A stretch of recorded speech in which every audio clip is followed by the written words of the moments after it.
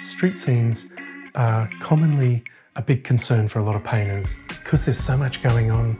There might be windows, doorways, rooftops, flowers, foliage. It can be a kaleidoscopic nightmare. But the trick is to stick with our technique, make sure we have the darkest dark in the foreground or near our lightest light. So let's see how I go with this one. Do enjoy a different format. I will always actually slightly alter my underpainting, even though I do go mostly for just an off-white or a cream. And you may wonder why I do that. It's mainly when we're using white paint for our highlights, we have a natural little tonal contrast there. It's not just trying to put white onto white board or canvas, even though sometimes quite often I will paint on white canvas, especially if it's oil primed. I don't want to go to the concern of tinting them with an oil paint. One time I did do that and they all buckled up almost like an old scroll or sea scroll, and then they were torturous to flatten out to try and paint on them with all those waves. This is quite a quirky subject as well. It's a little back street, beautiful little town. We managed to get quite a bit of sunlight on this day, a little more than we did on many of the other days. And it was kind of a place that I first sort of had a feeling to myself that, this isn't a bad little place, because I had never been here before. And then you get thrown in, okay, now do the demonstration. You're hoping to find something really paintable, a real little winner. And sometimes it is a struggle.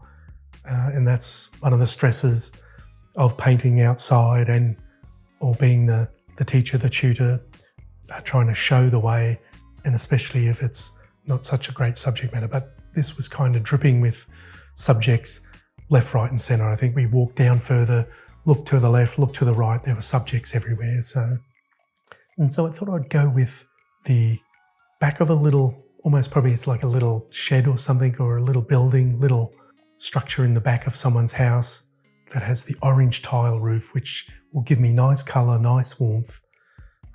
Probably the one thing to watch with this one is, and I didn't work it out until later, unfortunately, but I managed to work it out, was just the sheer saturation of that yellowy ochre sandstone, even though in the top part of the painting the sky is going to come in there, so that's fine, but it's the sunlit wall and the little pathway is that very sandstony.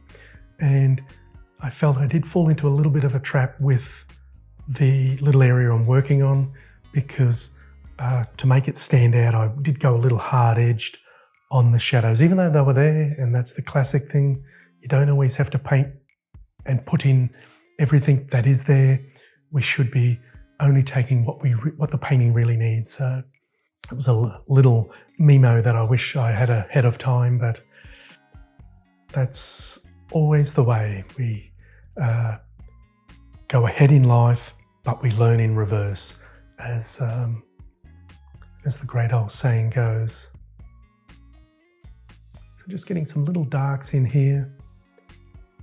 I have slightly altered the way that I paint.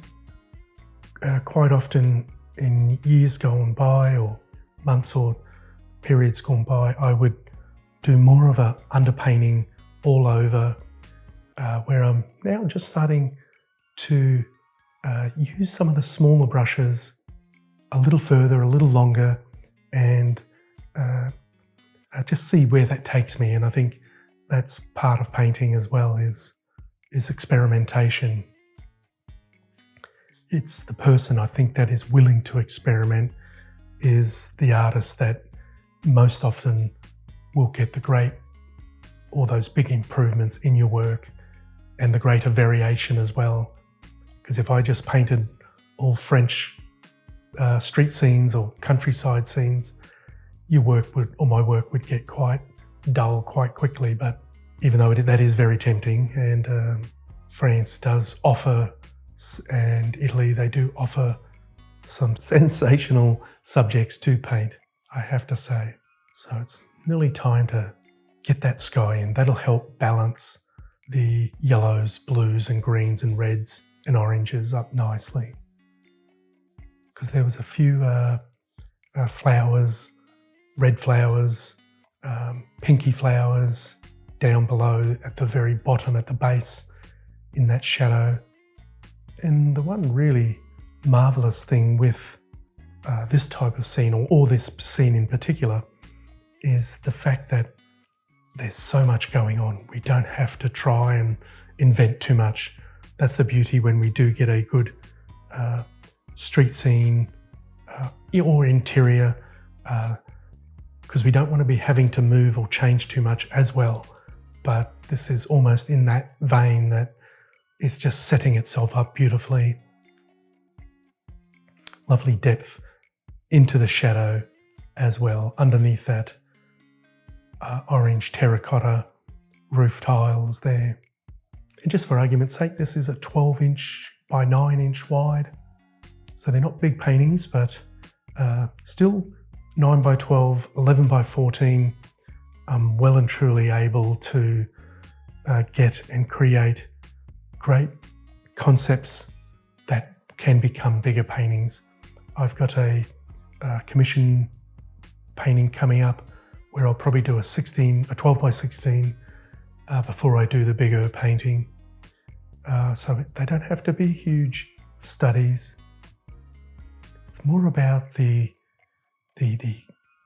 colour balance as well, the saturation of colour, the use of colour. There's so much goes into any painting, but especially these smaller ones. And for collectors, they're a great little size if someone wants to collect your work.